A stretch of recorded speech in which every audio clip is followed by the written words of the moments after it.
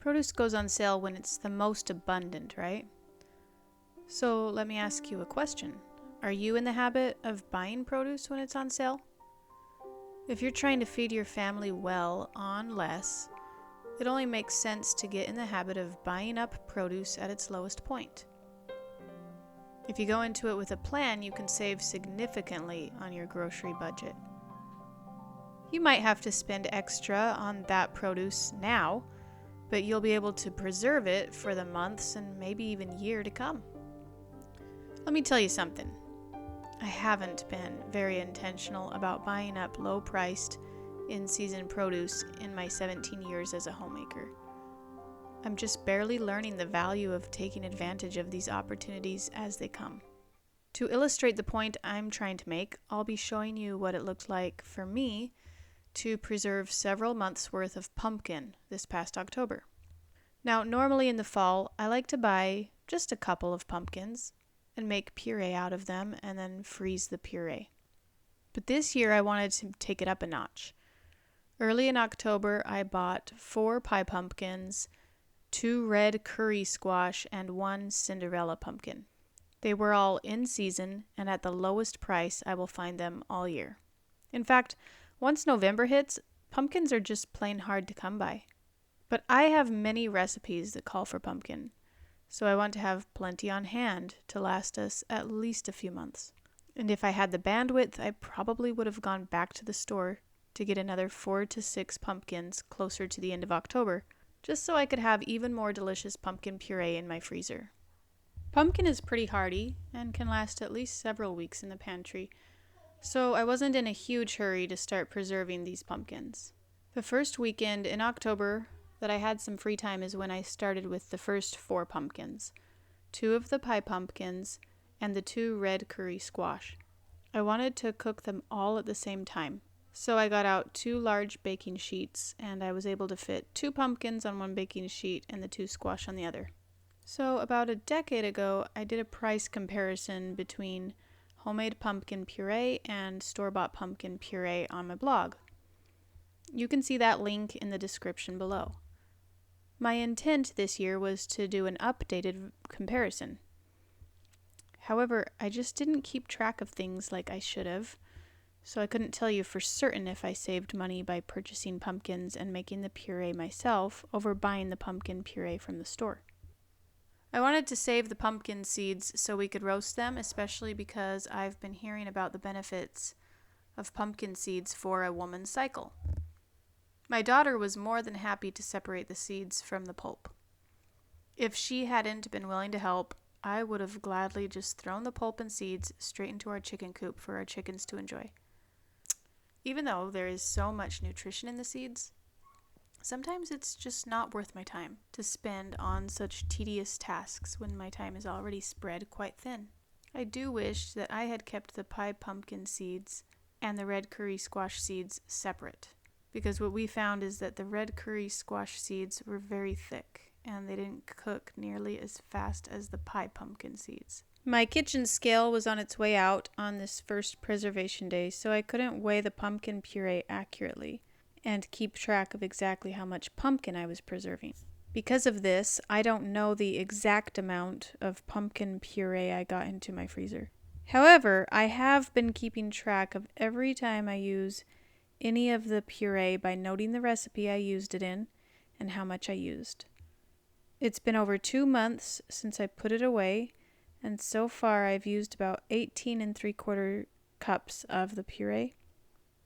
According to calculations I did for my blog post over 10 years ago, a 29-ounce can of pumpkin puree has about 3.625 cups of puree. Therefore, I have used the equivalent of just over 5 29-ounce cans of pumpkin puree in the last 2 months. I haven't checked my freezer to find out exactly how much pumpkin I have left, but I think there's enough to last us until at least early February, if not into March. When I freeze most things, I like to put them into these silicone muffin cups and then pop them out into freezer bags once they're frozen through. I froze a lot of the puree in the regular sized muffin cups, but I also froze some in the small muffin cups. This is so that if we are having a smoothie or I just want a small amount of puree to throw into a soup, it's really easy to do that. I do think it would have been very beneficial for me to freeze at least one of the pumpkins in chunks without cooking it. Pumpkin chunks can be used to roast with other vegetables, or they can be easily thrown into a soup or a stew to cook. A couple weekends after my first preservation session, I spent another Saturday roasting and pureeing the remaining 2 pie pumpkins and the Cinderella pumpkin. I gotta say, the Cinderella pumpkin is certainly a favorite around here. The aroma that comes from that winter squash is just divine. It reminds us a lot of cantaloupe. It's not super easy to cut through these pumpkins, especially the largest Cinderella one. And if you're going to do something like this, be sure you can handle the task at hand with the tools you have available. You don't want to buy more produce than you can realistically handle. It's better to ease into preservation than try to bite off way more than you can chew. Some of my favorite videos to watch on YouTube lately are moms just like me who are doing the best they can with what they have and making it into scrumptious food for their families. Some of them grow most of their food on a homestead, and others are doing what I'm doing and just buying food in season, either at a grocery store or a farmer's market, and then preserving it for the foreseeable future.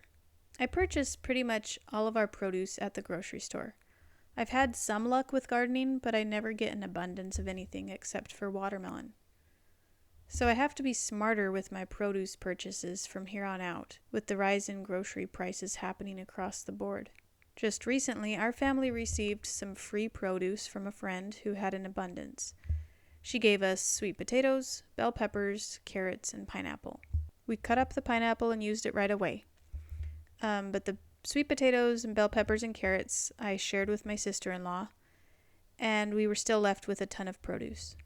I'll probably use the bell peppers to make stuffed peppers and then slice the remaining ones or dice them and then freeze them. And the carrots I will be dicing and shredding and then freezing them to easily add to soups, juices, or baked goods. And then the sweet potatoes will be okay at room temperature for a few weeks, so we'll just use those as needed. I do need to make sure to plan some meals around them for the time being.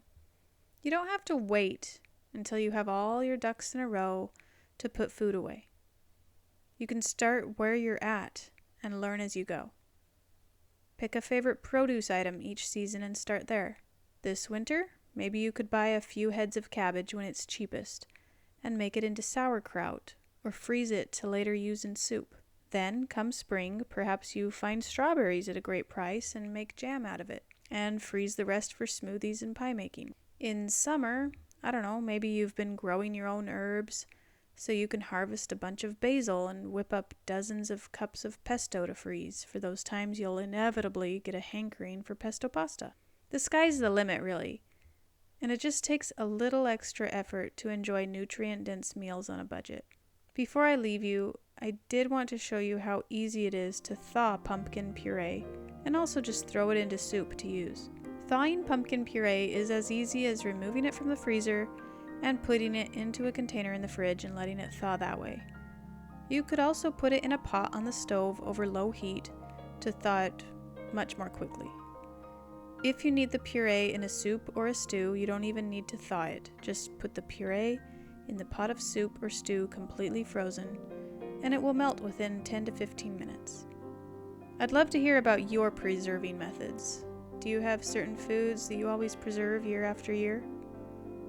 Share it with us in the comments. I know how helpful it can be for everyone to find out what other people are doing. Thanks for watching, and I really hope you have a blessed day. Take care. Bye.